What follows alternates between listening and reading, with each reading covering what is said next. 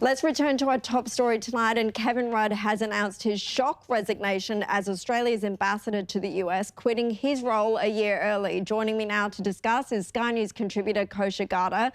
Kosha, I spoke earlier about what a liability I thought Rudd's historic insults about Donald Trump were to his ambassadorship. Do you think these played a role in his early resignation?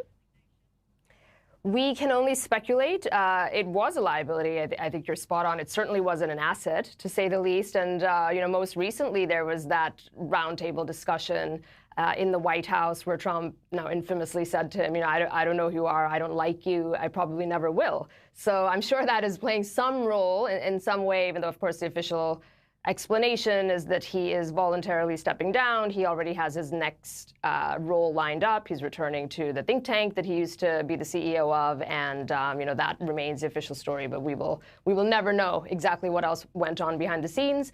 It is, of course, in Australia's interest to have somebody there that can work with the current administration and work on advancing Australia's interests and earn the respect of the Trump administration. Well, I hope we will find out, and we will one day learn the truth. There have been leaks known to come from the Trump administration and this federal government administration. So I hope you're wrong, at least on that count, Kosha, and we find out more. Let's move on now to the Iranian regime's brutal crackdown on protesters. I spoke a little earlier about how the figure has been put at 648 people by a human rights group, but they also say the real number of deaths could be more than 6,000 protesters killed by the regime. And the regime is now set to execute the first protester, a 26-year-old man sentenced to hanging tomorrow for, quote, waging war against God. US President Donald Trump had over the weekend warned Tehran that violence against protesters would be met with a US military response. And while he did speak yesterday, Kosha, about the regime wanting to negotiate, the White House has also confirmed he is weighing up whether to still bomb Iran. Do you think that the US will move to actually launch strikes now that we're learning more about how many protesters are being killed and now sentenced to death? One of the things about President Trump is he is very unpredictable. He wears that as a badge of honor, and it's one of his tactics, really, where you never know which way he's going to go. What we can do is look at what his preference and his pattern has been historically.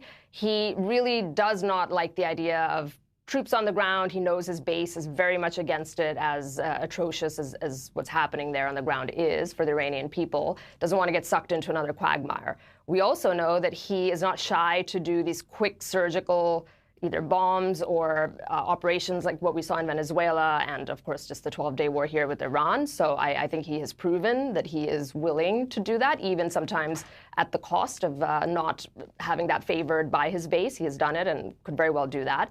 I think the other thing that he really loves is economic sanctions, where if that does the job before getting involved militarily, that tends to be his tool of preference. And the only thing that the Iranian regime really has now, their lifeblood, is oil, and exports of oil specifically to China is the biggest buyer of it. So if he somehow is able to toughly tighten the sanctions on that, or even do something physical, that some flavor of what happened in Venezuela, to somehow put a choke point on that, I think that's what he would favor probably more than bombing. He has announced, time will tell. He did announce on that point he was imposing a 25% tariff on goods from nations with commercial ties to the regime. How do you think that's enough? Do you think that would be effective?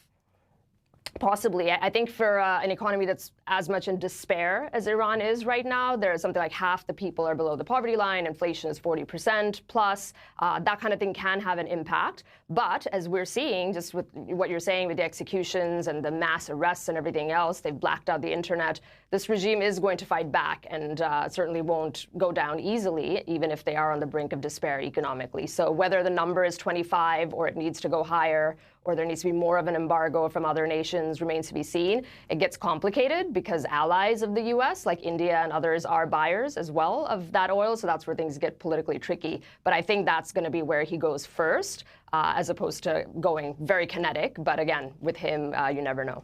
No, you never know, and it will happen in the middle of the night. like it did last time on Iran, and then they'll do the explainer later, or even with Venezuela. You just don't know. But no doubt he will take tough action if it is needed.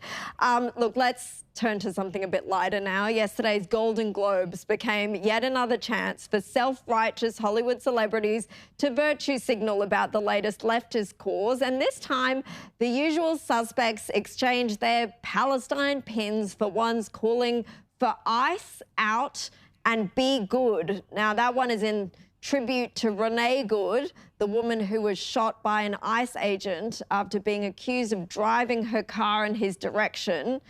Here's actor Mark Ruffalo with more about why he's wearing his pin. And hint, this, we don't have the soundbite, I'm told, but it is expert Trump derangement level. Kosha, he goes on to talk about Venezuela and the illegal invasion and how Trump doesn't care about international law. And then he says, well, Trump is a convicted rapist and a pedophile. I don't know how he can get away with calling the president a pedophile. I think Trump's lawyers might be in contact. But these celebrities never fail to shove their moral superiority down our throats, do they?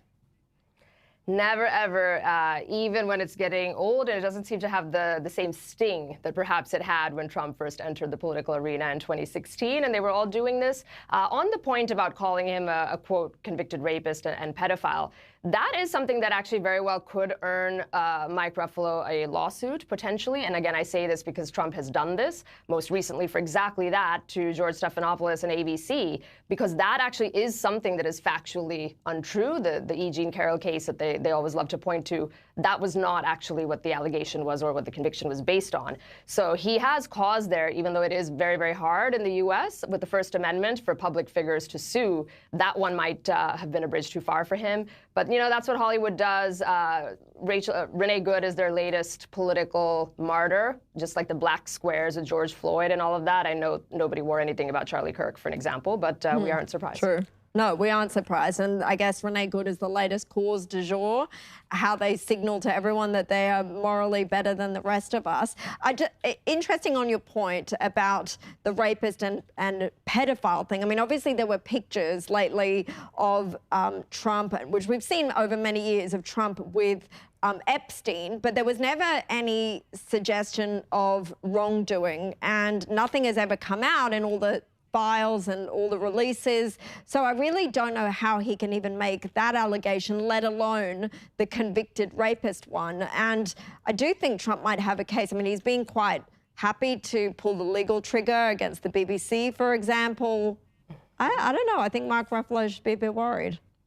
He probably should. And, you know, I always say that if they had something of that nature against Trump, it would have come out in the Biden years when Biden controlled the DOJ and the Epstein files. It didn't. So there isn't anything there. Mark Ruffalo should watch his inbox. Yeah, maybe he should. Maybe he'll be wearing a different kind of pin next year. Who knows? Okay, Kosha Gada, thank you so much for your time.